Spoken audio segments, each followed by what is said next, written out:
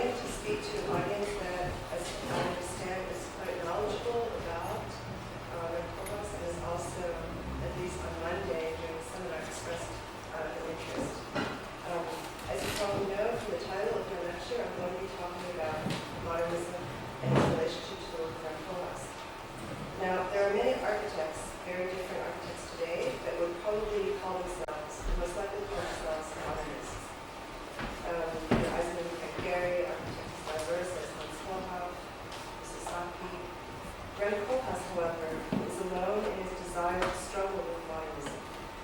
I believe this difference to be critical, and that the reading of his work as a whole lies on the import of modernism on his theory, his practice, his strategy, and his ethic.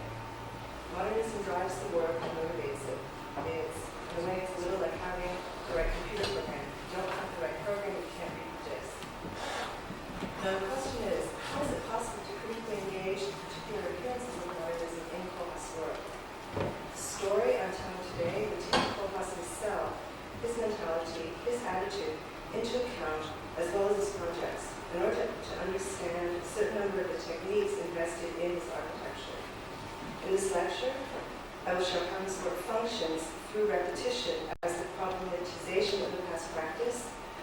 Then I complicate this idea by proposing that a certain dynamic of the fetish is registered in his repetitions, a dynamic that I speculate can be approached through schizoanalysis, Deleuze militarized logic of the unconscious. These are notions, repetition, fetish, schizoanalysis, that start to converge in the context of Koolhaas' formulation of a new urbanism as, and I quote, the reinvention of psychological space. Do I do this? Yes. I should do them. Could we focus? Is there focus?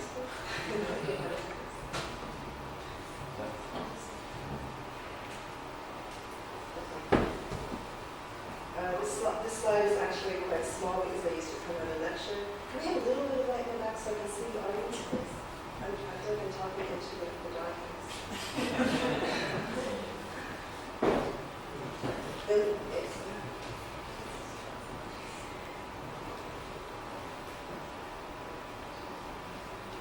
A little bit more, please, so I can see faces. I like to talk to people. As I said, this slide is for the lecture, but it's appropriate that it's small because the originals are actually quite small for that. But first, and this is the painting by Modernism in Deleuze, New York, in time of Freud Unlimited.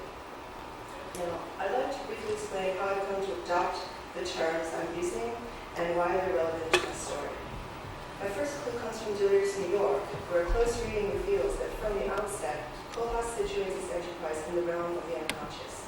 He says, and I quote, Manhattan is the product of an unformulated theory, Manhattanism. This program was so ambitious that to be realized it could never be openly stated. Manhattan's architects performed their miracles in a climate of dissimulation, luxuriating in a self-imposed unconsciousness. That is, Manhattan's program, Manhattanism, was possible only because it was never openly stated, because it remained inexplicit.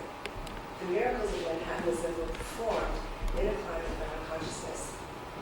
Koolhaas' own work, presented in the appendix unto Lyrics New York, is described, quote, as a sequence of architectural projects that solidifies Manhattanism into an explicit doctrine and negotiates the transition from Manhattan's unconscious architectural production to a conscious phase. The task, therefore, is to conceptualize the inexplicit and to consciously formulate the unconscious. On the strategy, he writes, and I quote, the retroactive formulation of Manhattan's program is a polemical operation, revealing the strategies, theorems, and breakthroughs that not only give logic and pattern to the city's past performance, but whose continuing validity is itself an argument for a second coming of Manhattanism. In other words, retroaction is the operation that will enable the second coming of Manhattanism. Retroaction is action deferred when an event is registered through a later occurrence that recodes it. Each epoch dreams the next, as Walter Benjamin once remarked, but in doing so revises the one before it. Koolhaas finds, in an architecture developed during the same years as European modernism, in a world existing at the same time as the Bauhaus, in the context of the 1970s postmodernist search for meaning in the imitation of pre-modern form, in retroaction, his own polemic for the critical reinscription of the past and present. At the same time he argues for a second coming of Manhattanism, however, Koolhaas remarks, quote, that this is the first time an architect can build all over the world, unquote. But actually this isn't true. The first time was modernism. This is actually the second time. If his work does, as Koolhaas says, solidify Manhattanism into an explicit doctrine, and is driven, as I will show in this lecture, by modernism, then what we see entangled in his notion of retroaction is a slippage between Manhattanism, modernism, and modernity. That is, a confusion of time that throws over any simple scheme of before and after, cause and effect, origin and repetition. That is, a continual process of anticipated futures and reconstructed pasts. To quote Derrida, it is the very idea of a first time that becomes enigmatic. Remember the first slide? Okay. But the terms repetition and fetish appear in the art and criticism of the 70s and 80s when they were used to describe what was called appropriation or allegorical art. To break apart a mythical sign and reinscribe it in a critical montage and to stipulate this artificial myth in turn, this was the strategy of artists such as Barbara Kruger. Now, we have the famous on the left, the Dali, when he draws a mustache, and actually in the original there was a beard. This reproduction by Duchamp somehow erases the beard. He's attacking the institution of high art. Kruger, on the right, reworks his position in her critique of myths of masculinity and femininity in art and culture. My point is that each of these works is a discourse at a particular time in history, critiquing the status of icons, images, and signs. And without making the connection explicit, it should become clear later when I'm showing these first.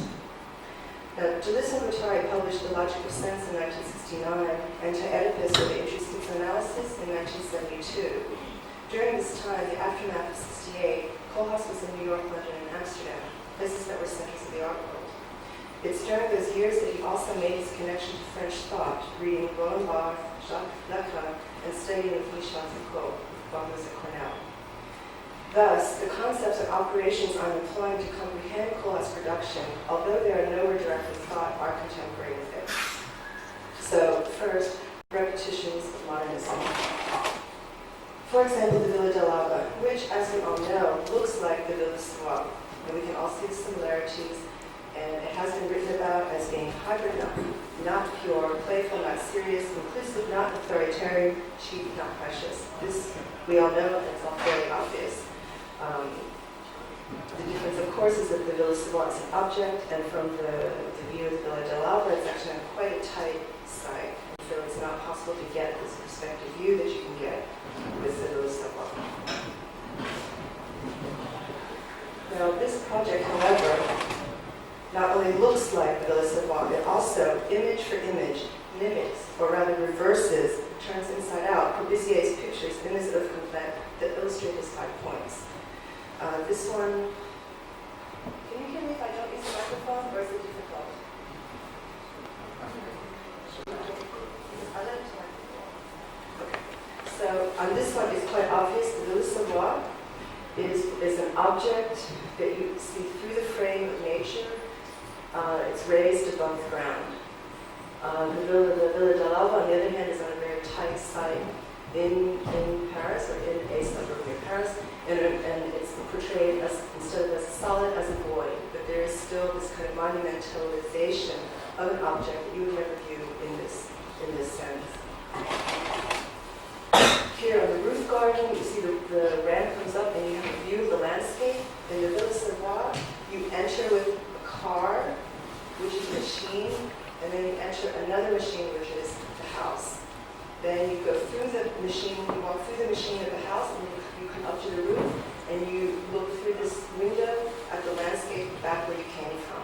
So that there is kind of a dialectical relationship of machine and architecture. And here on the Villa d'Alava, you're actually swimming towards the Eiffel Tower. And you even see the orange, it's a sort of orange net, it's this kind of curve. So again, it replicates or refers to, in the context of this image, the curves on the roof of the Villa Savoie.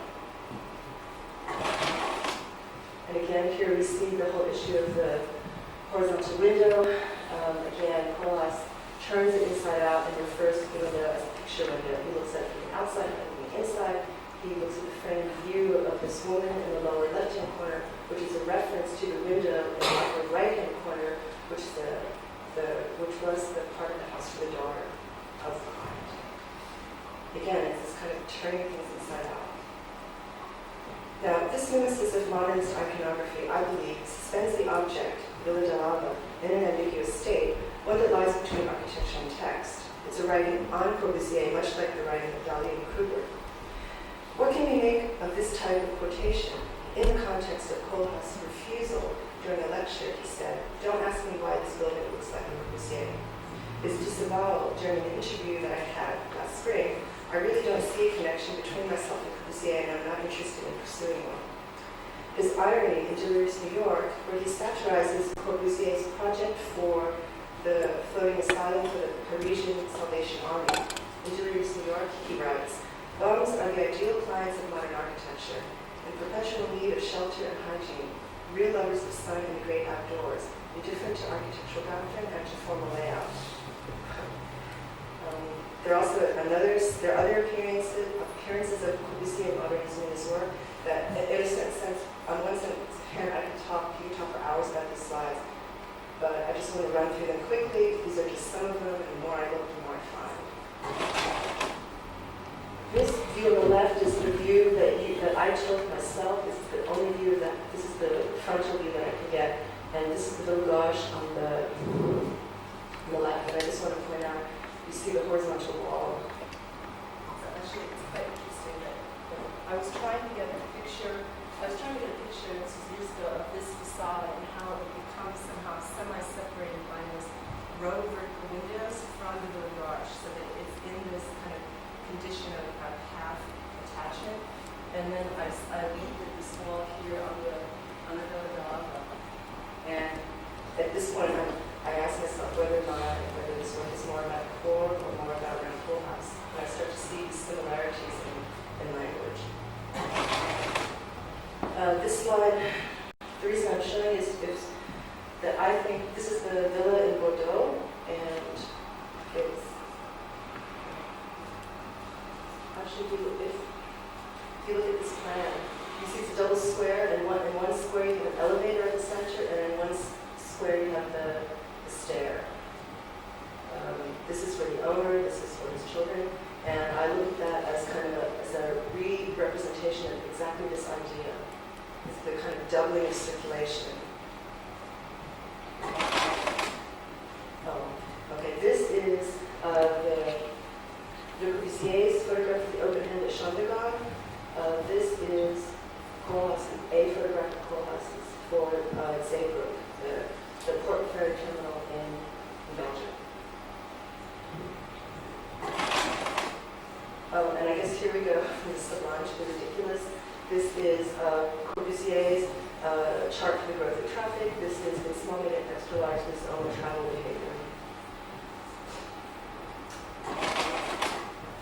And again, there are appearances of Mies, which I will get to later in the section. Now, Koolhaas is also engaged in the search for the New World. Here we have one of Corbusier's sketches for the Paris Opera, with a highway in front, and this is actually a sketch from the early 70s of William Zedgelis, also in Paris, as you can see. It's sort of highlights in the center, it shows all the signs of modern life, big highway running in front. Now, beginning in Deleuze, New York, where the artificial architecture of Manhattanism is the other traditional European classicism, Koolhaas returns to Europe at Lille and moves to Asia in Seoul and Hanoi in search of a new world. His terms are as numerous as they are well known. Bigness, Singapore, Atlanta, globalization, the generic city, imagining the nothingness, whatever happened to urbanism, the terrifying beauty of the 20th century. This discourse is in itself contradictory. While it's often characterized as Manhattanism, his urban model, as an experiment lacking a manifesto, he is nevertheless persistent in his own attempts to find a new newness. Now, to confiscate, fragment, and to subsequently demystify icons and representations of modernism, such as in the Villa del Alba, to reposition modernism's search for the new. These are techniques that result in a surreal play of tensions between the universe of modernist signs and the domain of the real, the now, bracketing two apparently explicit discourses. As such, they speak to us, to architects, with hidden meaning, and conspicuously point to the absence of explicit discussion on modernism in architectural criticism as well as in Koolhaas discourse. Now, on the one hand, you can see even from the layout on the left, we have sort of what we consider an avant-garde criticism, which takes the architect's own terms of self-description as a starting point. This is from NE number 9, and there are articles in there which take the discourses of modernism, such as the space that flows, the architectural speed, and biomorphic form. On the other, a more traditional criticism which embraces the suggestiveness and seductiveness of Koolhaas concepts, such as bigness. On the right, we have the dialogues on bigness, and if you're able to read the table of contents, you see they talk about St. Peter's, Louis Kahn, New York, Chicago. It seems to be a mirror into which all can project their own interests. The content of Koolhaas discourse seems to undercut close critique. Architecture criticism has yet to address one of the distinguishing characteristics of his writing, its slippage between the frames of history, theory, and analysis, its imbalance between subjectivity and objectivity, between reflection and generalization. Certain criticism would discount Koolhaas completely on the basis of his improper uses of theory.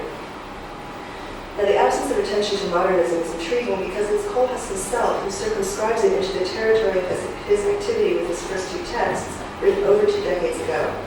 The subject of his earliest work is Leonidov, who, as he recalls, quote, was an obsession that began even before I started architecture school, here at the AA.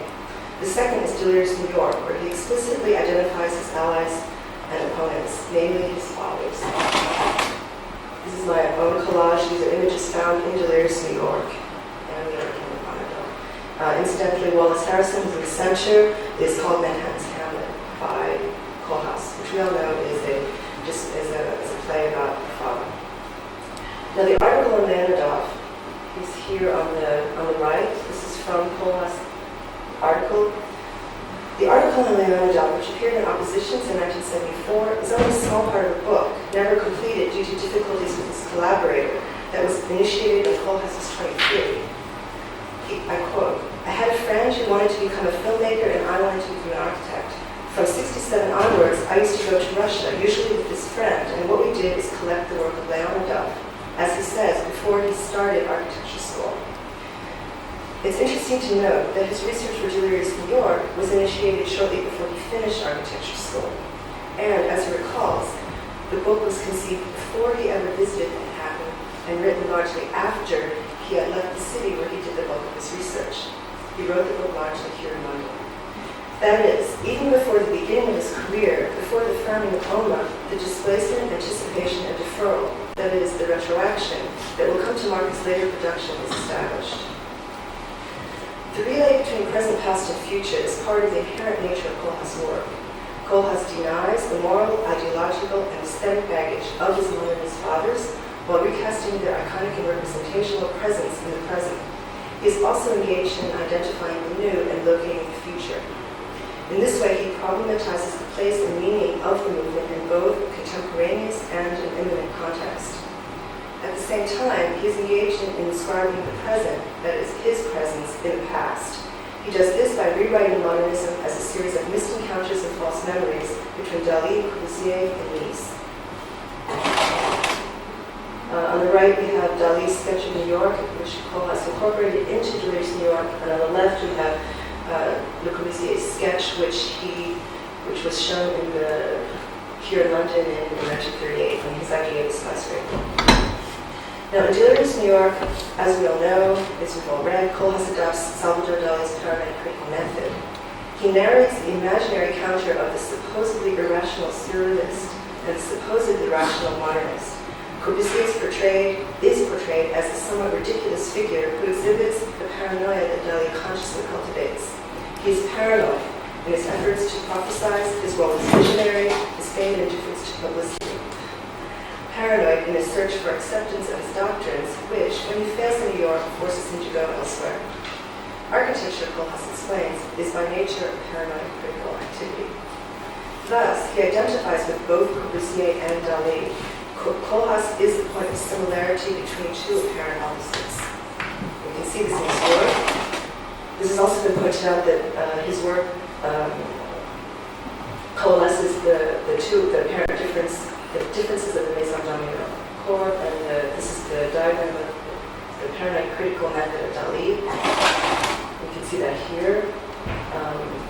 That this project, the library, is actually finding the apparent similarities from the Maison Dominant, the diagram of the paranoid critical method, and we see that it's actually a development of core. It's the building Shandong. Now, Koolhaas is clearly close to Corbusier, but I think he wants to be Nice. Many architects have wanted to be Nice, and the sign is always a cigar. You think about Frederick Kiesler. There's a photograph called Being Nice, and he was a little guy, sitting in his chair with this long cigar. They take it in perspective, and the cigar's like almost as big as he is. But there are architects who want to be Nice, for instance, Rem Koolhaas, who also says this. Nice is someone who is very skilled at self-portraiture. Every photograph you see of him, he's never looking directly at the camera. Now, Nice doesn't show up so often in Rem's work. There are actually only two instances where he talks specifically about Nice. And that is in the Biennale project on the left of 1985 and the House at Nice in 1993. Both of these projects are false memories. False memory is a strategy of Dali, who wrote one chapter called True Childhood Memories and one chapter called False Childhood Memories in his autobiography. For the Biennale, on the left, Koolhaas reconstructs the Barcelona Pavilion, installing various media interventions in space. He wants, he says, to demonstrate its appropriateness for contemporary life and to shock people into an awareness of the possible hidden dimensions of modern architecture. The Barcelona Pavilion, for Koolhaas, stands for both contemporary life and modern architecture. He writes, "We researched the true history of the pavilion after the closing of the 1929 World's Fair and collected whatever archaeological remnants it had left across Europe on its return journey. These fragments were reassembled as far as possible to suggest the former whole, but with one inevitable inaccuracy. Since our site was curved, the pavilion had to be bent. At the Triennale building in Milan, he was actually in the axis, so the room was curved through. So what you can see here, basically, Koolhaas is saying he traces the Barcelona Pavilion from Barcelona back to Berlin during the war, and then back to Barcelona again. And this is what these actual pictures show. It's like a film. It runs in small, medium, large, extra large. It runs maybe 4 or 5 pages. Koolhaas enacts the rebuilding of the Barcelona Pavilion, making its history inevitably and inaccurately part of his own. In the house that made Nice, right, he sets himself up as inheritor of Nice's legacy by identifying him as the architect of his mother's friend's grandmother. This story is actually the story of the Kohler house, which was Nice's single commission in Holland, which was unrealized. Mies had close connections to Holland. He was the only foreign, that is non-Dutch participant in industrial activities, and he was a great admirer of Rem Koolhaas. Now the question is, why does Rem Koolhaas want to do Mies van der Rohe? I believe that it's because Mies understood the essence of architecture as image. Here again we have a photograph of Mies. This is obviously taken after the famous Caspar David Friedrich painting of the man overlooking the sea, this sort of contemplating the sublime object of architecture. This sort of black coat and hat. On the left, for example, Crown Hall, the architecture school at IIT, if indeed it is an architecture school, where all the functions are in the basement, so that above ground, what you see here, all that is left is pure architecture. Mies reduces architecture to pure material, pure representation, pure icon, pure space. Now, the Kunsthal is a building that's a hybrid of, among other things, Mies and Corbusier. It's an excessive multitude of signs where every element has several functions, every part a different meaning. And I'm going to just go quickly through these slides. I guess they should be fairly obvious. This text was pointed out to me by a friend that this is from the play Waiting for Godot. And you could ask, how is he presenting this building with this play? I don't make any direct connection, except the connection I would make is what Koolhaas is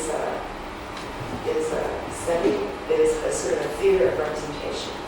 That's how I understand this work. So I think that I'll go through this. Okay.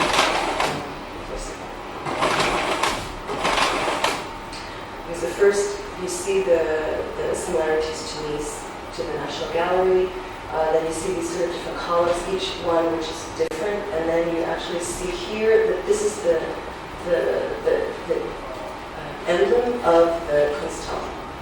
And that, of course, makes me think of Le Corbusier's Modular Man, which is at the entrance of the Unité in Marseille, even to the point of sort of similarity of these arrows to the modular.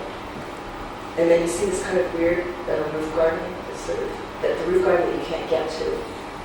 And then this orange column, when we constructed this orange column, which is also structural, in this kind of convoluted way.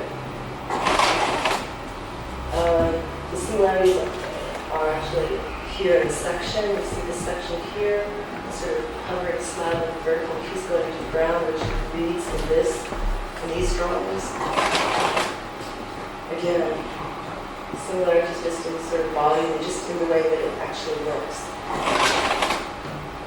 Okay, so on one hand Mies, on the other hand the Ville Savoie. This is the design of the pavilion that Le Corbusier did shortly before he did the Carpenter Center. It's interesting because here the architectural promenade is a spiral, and the Kunsthal is actually a spiral. It's actually two spirals. It's this spiral and then the one underneath, one on top of each other. This is the facade facing the park of the Kunsthal, and I looked at this and I thought it was so exciting, which is the Strasbourg by Le Corbusier. So you can see that, so I'm looking at these two pictures, it's really hard to get this kind of image of the building as a whole. And I would say that rather than a case where the whole is greater than the sum of its parts, it's the surfeit of parts is greater than the whole. And this continues. This is a photograph from the latest Elko piece. And this is a gas station by a book called 26 Gas Stations by Edward Ruscha, an artist in Los Angeles. What I would suggest is that the Kunsthal is kind of this exquisite corpse, somehow suspended between architecture and text. And if Rem Koolhaas says that he's not a historian, I would nonetheless say that the history of modernism is an issue. In repeating modernism, Koolhaas not only reproduces the original struggle, he also produces another, his own struggle. His is a form of work in which the problems are the solutions. Each of his projects, each of his urban projects, for instance, appropriates a paradigmatic modernist concern, solution that acts as a template determining the decision-making process. And we all know the projects of Yokohama and La Villette, where the excessive program, or the inability of the architecture to accommodate the program, actually becomes the raison d'etre of the project. Here, this is the project of Menel Senard, which we all know, it's this figure in the landscape, and these are the different zones. If you look at this drawing of Le Corbusier, you see that these concerns are already implicit, because here there's swimming pool, football, tennis, this is all numbered in here. So these different areas were allocated for the different free leisure, free time activities.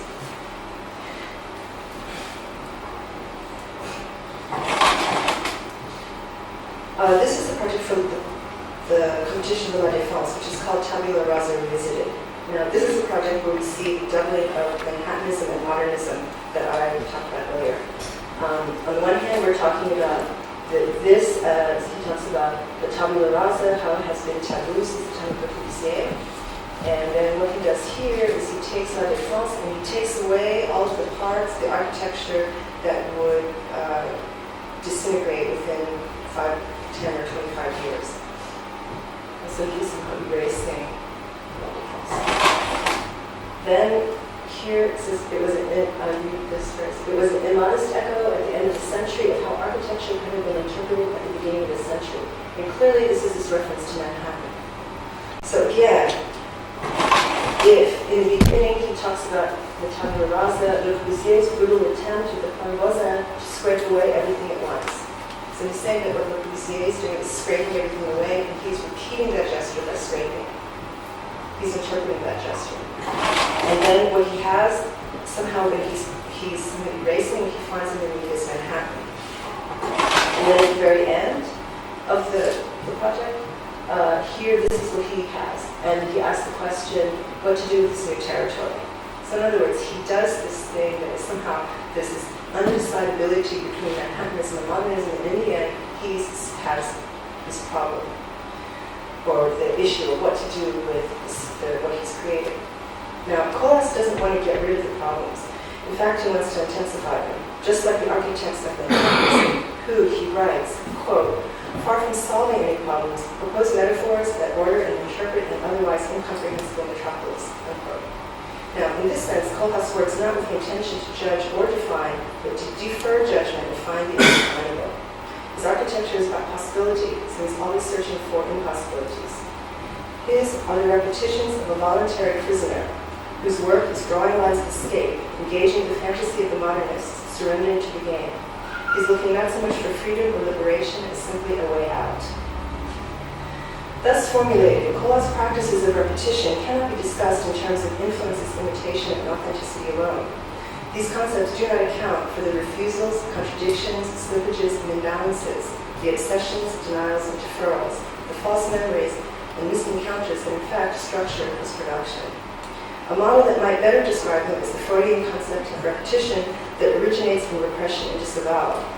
This concept points to neither the restoration nor the mastery of the struggle, neither to its reproduction in the sense of representation of the referent, or the simulation of a detached signifier. Now, here we can identify modernism's historical conditions which have personal meaning for Koolhaas. On the one hand, modern architecture as the site of criticism governed by political possibilities. For instance, seen in constructivist and revolutionary Russia versus an architecture of post-capitalist globalization. On the left, we have the story of the Pool from Deleuze's New York. This is the allegorical voyage of modern architecture from Moscow 1923 to New York 1976. Koolhaas writes, arrival of the floating pool. After 40 years of crossing the Atlantic, the architect's lifeguards reach their destination. But they hardly notice it, due to a particular form of locomotion of the pool, its reaction to their own displacement in the water. They have to swim toward what they want to get away from and away from where they want to go. There's several things I want to point out. First, the correlation of architects' lifeguards, the idea that lifeguards are supposed to save lives, or have a function to save lives. The second, the idea of displacement. And third, swimming toward what they want to escape and what they want, and away from their goal, which I will come back to later. And the last thing is, Koolhaas calls his floating pool a ship. And in this way, he reinterprets the Corbusian metaphor of the ocean liner here as an icon of modernism. Corbusier, instead of focusing on the ship, focuses on the ship's frame of reference, that is, the water. Now, water, historically and psychologically, is the site of birth and folly, like the ship of fools. Water appears repeatedly in Koolhaas' work. For instance, Guerrico's The Raft of the Medusa in Welfare Palace Hotel, Noah's Ark. He says, what Noah needed was reinforced concrete. What modern architecture needs is a flood. Now, the bath is constructed as social condenser, first appears in Voluntary Prisoners, and later appears in Palace of the Soviets. And this is the slide for you, where he makes a direct correlation between Soviet architecture and igneous. But here the pool, he writes, actually becomes retroactively a Roman pool. So he talks about the relationship of Russian sort of fascist or architecture, igneous, and Roman pools. So on one hand, constructivism. On the other, in terms of the personal meanings of modernism for Rem Koolhaas. On the other, modern architecture, circa 1968. Now, Rem Koolhaas' self-identification as a child of 68 is well known. Quote, I started architecture school in 68. In retrospect, I think we are now dealing with the same issues again. Unquote. 1968, a period when modernism was domesticated, when modernism entered mass culture, when classical modernism was forgotten. Modern architecture through the 1970s, when it became increasingly commodified, from Lee Spanderow to SOM and Iron Pay. When architecture was cut loose from representation, signifiers separated from signifier. And for these two, I would focus not on the architecture. This slide that I would focus on the car, sort of icon of modernism. And here I would start to propose Andy Warhol as a substitute for Rem Koolhaas. As you know, Andy Warhol was preoccupied with the intersection of icons, disaster, destruction, and tragedy. Think about Marilyn, Liz, Jackie, jet crashes, automobile accidents. Now, according to psychologist Jacques Lacan, repetitions, quote, mark the ruptures between the perception and the consciousness of a subject touched by an image, unquote. In Koolhaas' case, images of constructivism and modernism circa 1968. Ruptures, perception, consciousness. These are ideas, these are terms which are connected in discourse like fetish.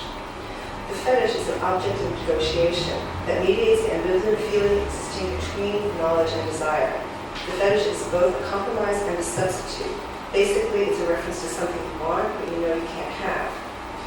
According to Freud, the fetish is a schizophrenic state of both and neither. It is an object that allows the child, male of course, to see the mother as both whole and at the same time castrated. So it's about maintaining this undecided in-between state. The fetish is a site of architectural castration.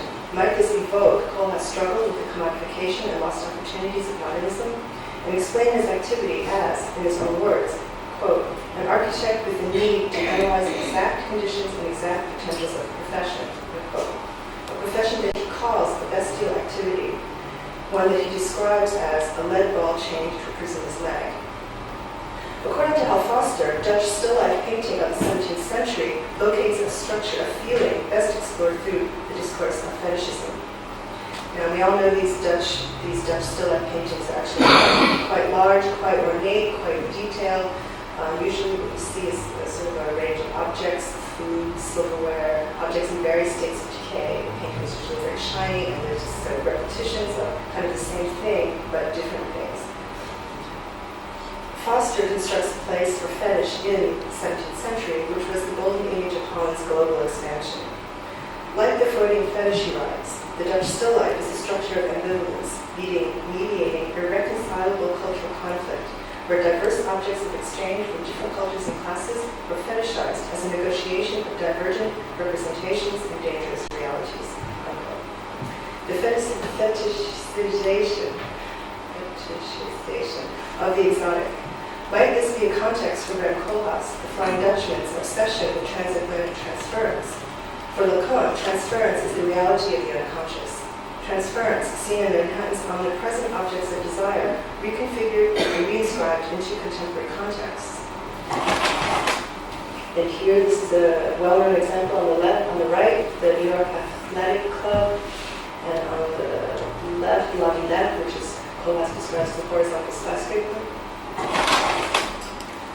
On the left, we have the Pyrenees in space in Lille, which actually comes from this illustration in Delirious, New York, which was engraving done in 1908, trying to envision what 1930 would be like. Here we have the Zeebrugge, which is again the terminal ferry in Belgium. And then on the right, this is the Globe Tower in unco Island. And if you see the similarity here, this is a connection to the subway in New York. And then these are the connections to the ships and then the layers. The Globe Tower, Koolhaas writes, is impossibly both a globe and a tower. Zeebrugge, they were looking for a form. When they were designing the building, they were looking for a form that somehow both a sphere and a cone. So, based on this story that I told today, or what evidence I've constructed, I would attempt to speculate on a specific meaning of fetish for architecture. I would propose that it is not so much the objects themselves which are the primary concern, but rather the system of relations established by and circulating around the objects. I would say that for Koolhaas, a certain dynamic of fetish is at work, a dynamic registered in the assemblages of actions, images, and fantasies constructed by his repetitions of modernism. The dynamic is functional. It is the unconscious, inexplicit motivation. This is not a supposition about who Koolhaas is. He is not, as many have either proclaimed, concluded, or implied, the Corbusier of our times. Not, psychologically speaking, about what he wants. That is not about being fixated by ghosts of the past, or camouflaging with irony or pastiche all the weight of great dead figures of architecture. Rather, this is a speculation on Koolhaas' practice as a process that both constitutes and produces it, on what I think can be best understood as a kind of strategic schizoanalytics. Schizoanalysis is Deleuze-Guattari's rereading of Freud in Anti-Oedipus, Capitalism and Schizophrenia. It is, and here I paraphrase, the analysis of desire as formations of the unconscious. It is the process whereby the unconscious produces and reproduces itself. Unlike psychoanalysis, it does not reduce or interpret the unconscious or make it signify something else. In schizoanalysis, the unconscious is a machinic network whose issue is to produce the unconscious, and with it new statements of different desires. In short, schizoanalysis is the machinic production of unconscious desires. Here I make the connection back to Manhattanism, the architecture of the unconscious. On desire, Koolhaas advises us in the enigmatic opening lines of Delirious, New York, quote, to look for proof not in the external world, but in the very modifications of the mind that mediates on it, unquote. And, quote, why do we have a mind if not to get away, unquote. These are the first two quotations in Delirious, New York. The first one is from Vico, philosopher. The second one is from Dostoevsky, the author, another odd couple. I return these words back on the author himself, who said, quote, after all, I'm a thinker, unquote. Koolhaas overturns machinic desire and production into a theater of representation. Does this notion reposition the role of repetition in its practice? Machinic desire and production is like compulsive repetition, like automatic writing and automatic architecture. According to Koolhaas, the Empire State Building is automatic architecture. He compares the surrender to the building processes of Manhattanism with automatic writing, which is happening at the same time in Europe. If Koolhaas wants to provoke the second coming of Manhattanism and calls Manhattan the, quote, capital of perpetual crisis, unquote, then machinic or compulsive repetition could point to a subject who works by taking on the crisis as a mimetic defense or screen against the trauma that is produced by its reproduction. Thus, through Koolhaas' repetitions, the affiliations of modernism, on the right, the famous Pulido photograph in 1972, the affiliations of modernism to Manhattanism, the architecture of the unconscious, to surrealism, automatic writing and automatic architecture, to schizoanalysis, machine design and production, to pop, to Andy Warhol's famous phrase, I want to be a machine. And again, here's another one of Andy Warhol's repetitions, it's called White Car Burning. And again, I'm using Warhol as a substitute for Koolhaas, as well as these two slides as a metaphor for the condition I'm talking about. In closing, in the context of these affiliations and these final images, I'd like to repeat, actually paraphrase, the lines I cited a few minutes earlier from the story that Koolhaas wrote over 20 years ago. The architects reach their destination due to their own displacement. They have to swim toward what they want to get away from and away from where they want to go.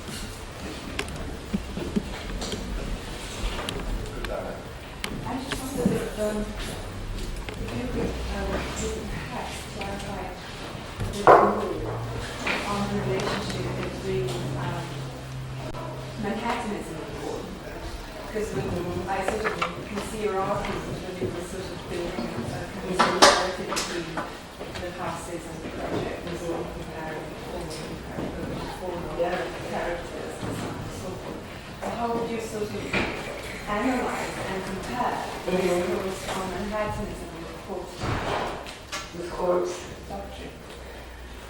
I think that actually it's quite an interesting question, something that I think needs to be addressed, but I think the connection is through Rem. I don't think that there's... I'm not seeking for a connection, but rather, how would you compare it?